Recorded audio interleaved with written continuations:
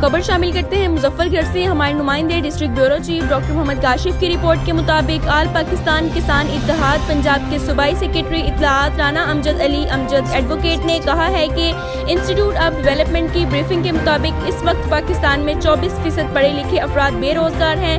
ملک میں 40% پڑھی لکھی خواتین بے روزگار ہیں، جو تشویشناک امر ہے۔